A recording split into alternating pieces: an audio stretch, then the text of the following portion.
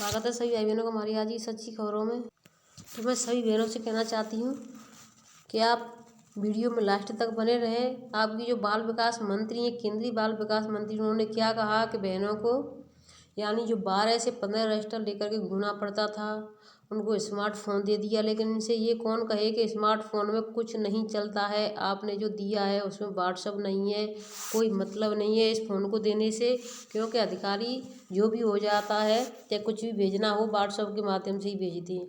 लेकिन इनको तो सिर्फ केंद्र सरकार की गिनतियाँ गिनाना अच्छा लगता है। बहनों को 4,500 मिलते हैं, इससे इन पर कोई फ़र्क नहीं पड़ता है और ना ही ये कुछ कहती हैं। और देखिए इन्होंने क्या कहा है, इसको ध्यान से सुने और लास्ट तक बने रहे। वीडियो को शेयर जरूर करें, चैनल सब्सक्राइब करें जो नए भाई बहन जुड़े हैं तो। धन्यवाद। आज सर मैं एक बार फिर आपकी अनुमति से कहना चाहूंगी कि लगभग 10 करोड़ हमारी आंगनबाड़ी जो बहनें बेनिफिशियरीज का डेटा डालती हैं, उस डेटा में भी सर एक अनोखी बात आई है। पहला तो सर पहली बार हमारे देश में 90%, इस 10 करोड़ में से 90% जो महिलाएं हैं, बच्चे हैं, they are now sir Aadhaar seeded, so the data is completely verified all the way down to the grass roots. और जब प्रधानमंत्री कहते हैं one nation one ration card, we sir ensure that there is portability of the rights of a beneficiary, be it the mother और the child. अब आंगनबाड़ी की सेवा अगर कोई महिला या कोई परिवार मान लीजिए झारखंड में लेते हैं, वो झारखंड छोड़ के अगर दिल्ली आते हैं तो उनको पोर्टेबल सर्विस मिलेगी। भारत सरकार को और दोनों प्रदेश सरकारों को पता होगा कि ये महिला अथवा ये बच्चा उस प्रदेश को छोड़ के किसी और प्रदेश में गया है, ताकि उनके अधिकारों का हनन ना हो।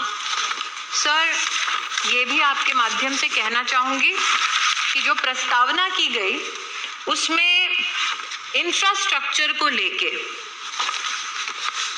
और इंफ्रास्ट्रक्चर के पीछे शायद मंशा ये है कि हम जिस उद्देश्य के साथ आंगनबाड़ी व्यवस्था को देखते हैं कि बच्चे के स्वास्थ्य को और गर्भवती महिला के स्वास्थ्य को कैसे सहायता मिले, सहयोग मिले, उसकी दृष्टि से सर मैं कहना चाहूंगी कि आज सबसे बड़ी जो इंफ्रास्ट्रक्चरल या इंटरवेंशन की दरकार थी वो थी कि हमने सिस्टम बना दिया, लेकिन सिस्टम में रिजल्ट मेजर करने की कोई भी व्यवस्था नहीं थी। मैं पुनः प्रधानमंत्री जी को आभार व्यक्त करती हूँ कि पहली बार ग्रोथ को मॉनिटर करने के लिए जो डिवाइसेस चाहिए उसको उपलब्ध भारत सरकार ने पोषण अभियान के माध्यम से कराया और आज लगभग 12,60,000 ग्रोथ मॉनिटरिंग डिवाइसेस देश भर में आंगनबाड़ी में उपलब्ध हैं। 36 राज्यों में और यूनियन टेरिटरी सब मिलाकर आज पूरा का पूरा सिस्टम टेक्नोलॉजिकली हम लोग सब मैप करते हैं। हमारे अश्विनी जी यहाँ पर उपस्थित हैं। हमने उनसे ये भी कहा कि आप देश भर को ब्रॉडबैंड से जोड़ रहे हैं। प्रधानमंत्री जी ने आदेश दिया कि आंगनबाड़ी भी इससे अछूता नहीं होना चाहिए। ये व्यवस्था भी आंगनबाड़ी तक मेटी के माध्यम से पहुंचाई जा रही है। लेकिन सर सबसे बड़ा विषय जो आपकी अनुमति से मैं आज आपके सम्मुख रखना चाहती हूँ, आंगनबाड़ी सिस्टम सर एक आइसोलेशन में चलता था, एक मंत्रालय के सौजन्य से। प्रधानमंत्री जी ने जब उल्लेख किया सबका साथ और सबका विकास, वो उल्लेख नागरिक तक सीमित नहीं था, प्रशासनिक समन्वय में भी उसको चरितार्थ कर दिखाया पोषण ने। और 18 मंत्रालयों ने एक साथ देश में आंगनबाड़ी सर्विसेज को और कैसे हम मजबूत कर सके, सशक्त कर सके, उसके संदर्भ में अपना काम शुरू किया। सर आपने इसी सदन में विशेष कोई त्रुटि ना हो, ना सिर्फ इंफ्रास्ट्रक्चर में बल्कि सप्लीमेंट्री न्यूट्रिशन में, इसकी भी चिंता व्यक्त की।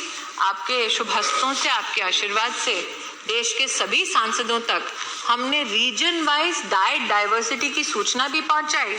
ये 13 जनवरी 2021 की हमने स्ट्रीमलाइन गाइडलाइंस भी दी। प्रेमचंद्रन जी ने इसमें विशेष उल्लेख किया रिक्रूटमेंट का। रिक्रूटमेंट के संदर्भ में भी स्पेसिफिक गाइडलाइंस है कि पॉलिटिकल इंटरफेरेंस ना हो, इसकी भी चिंता की जाए। और आज ही सर शायद ये किस्मत को था मंजूर कि सुबह ही जब मैं पेपर लेकर रही थी तो इसका जो गजेट है वो मैं सभा के सम्मुख प्रस्तुत कर पाई। सर आज रितेश जी सभागार इस सदन में उपस्थित नहीं है, और चूंकि उपस्थित नहीं है तो मेरा आपसे आग्रह है कि मार्च 2020 से क्रम शुरू हुआ वार्ता का।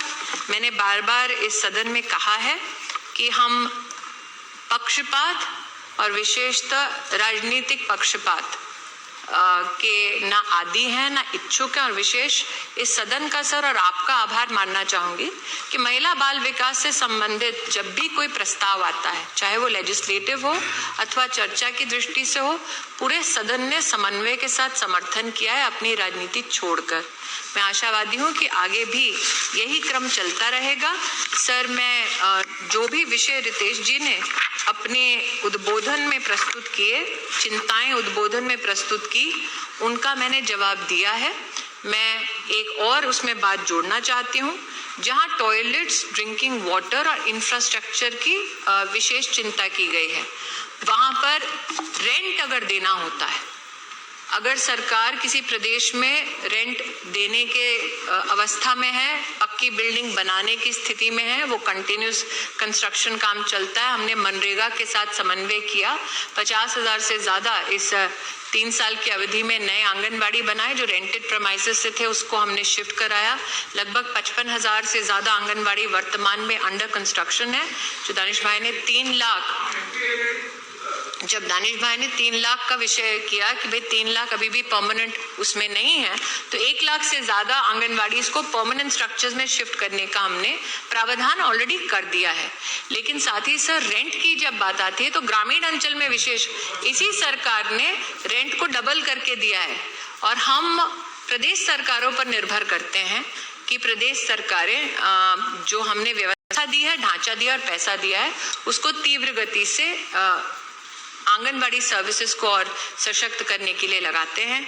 निश्चित रूप से दानिश भाई ने मेरे प्रदेश उत्तर प्रदेश और अमेठी का उल्लेख किया। मैं आभारी हूं कि अमरोहा वाले अमेठी का सम्मान कर रहे हैं, लेकिन हाँ, मैं उनसे कहना चाहूँगी सर कि 750 रुपये से 3,500 रुपये का ये जो फासला तय किया है मोदी सरकार ने, वो निश्चित रूप से उत्तर प्रदेश की बहनों को भाया है और इसीलिए दोबारा उन्होंने कमल खिलाया है। सर, मैं